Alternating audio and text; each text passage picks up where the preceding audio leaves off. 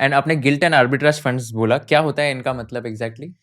So arbitrage funds, because of especially of the tax thing, it's an attractive thing because that's a low risk end, मतलब और उसमें tax benefit, it is taxed like equity while being fixed income though. That's the advantage. And what is guilt funds? Gilt is a government security, so I'm saying that's the low risk end. That's why I was saying gilt is the government securities funds. ठीक है, तो just again coming back to the main question, तो any specific मतलब अभी जैसे equity और fixed income हो गया, रियल एस्टेट में आपने बोला कि इतना ज्यादा लिक्विड नहीं है, तो हाँ, मतलब not निवेश preferable. करने के लिहाज से ठीक नहीं है। आपको वही बोल रहे हैं, घर खरीदना है तो उसकी कंसिडरेशन अलग है। या let's skip that buying the house thing, but equity, fixed income या डिजिटल गोल्ड या गोल्ड भी हो गया, तो ऐसा कोई मतलब परसेंटेज आप कुछ एडवाइस करोगे कि पेरेंट्स डिपेंडेंट नहीं है and this like person is on their own, so equity fixed income कितना परसेंटेज होना चाहिए on an average? Then maybe 60-65% you can have in equity when if Okay. you truly do not need to touch it for, as I said, 10 years. Okay, got it. And what about gold? What's your view? Especially like the gold has been like going very high in the last few months. हाँ, so क्या advice है आपकी? I've in fact my the next column in Mint is on gold. तो gold लोग सोचते हैं कि safe haven है, पर अगेन गोल्ड का आप डेटा देखिए 40-50 साल का, तो 1980 में जो गोल्ड का प्राइस था इन डॉलर टर्म्स, जो $666 पहुंचा था 1980 में, उसके 19 साल बाद 1999 में guess what was the price? कितना होगा? $1000? $250, $250? $255. It was down 62% Oh my in God. 19 years. It crossed that 1980 high in 2007.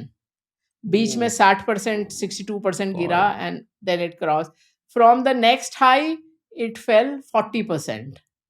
Okay. So that is how volatile gold is.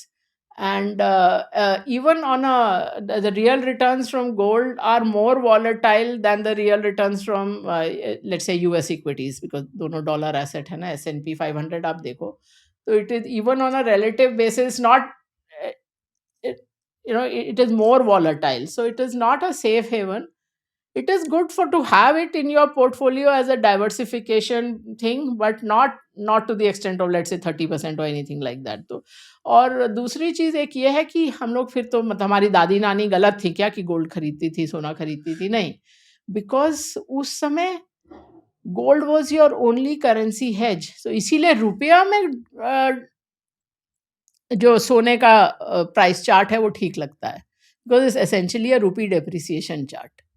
So you are looking at it in rupees, and because rupee is depreciating, so even if the dollar price is falling, it still looks okay.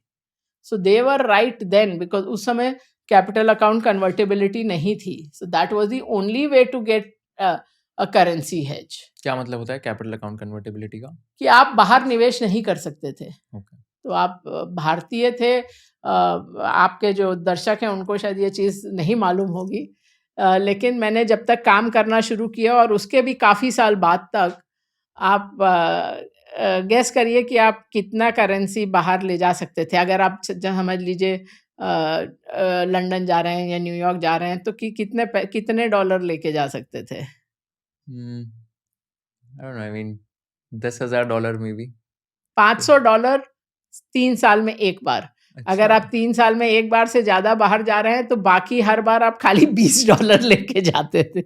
only $20? That was the law. And you were not supposed to borrow from anywhere, and it was a jailable offense. So essentially anyone traveling abroad was committing some crime or the other unknowingly, because आप लेके भी $20 जा रहे हैं और आप वहाँ किसी से पैसा ले भी नहीं सकते हैं, तो how are you supposed to live? I mean the thing was कि जो भी आपको invite कर रहा है, he or she or that entity has to pick up all your expenses.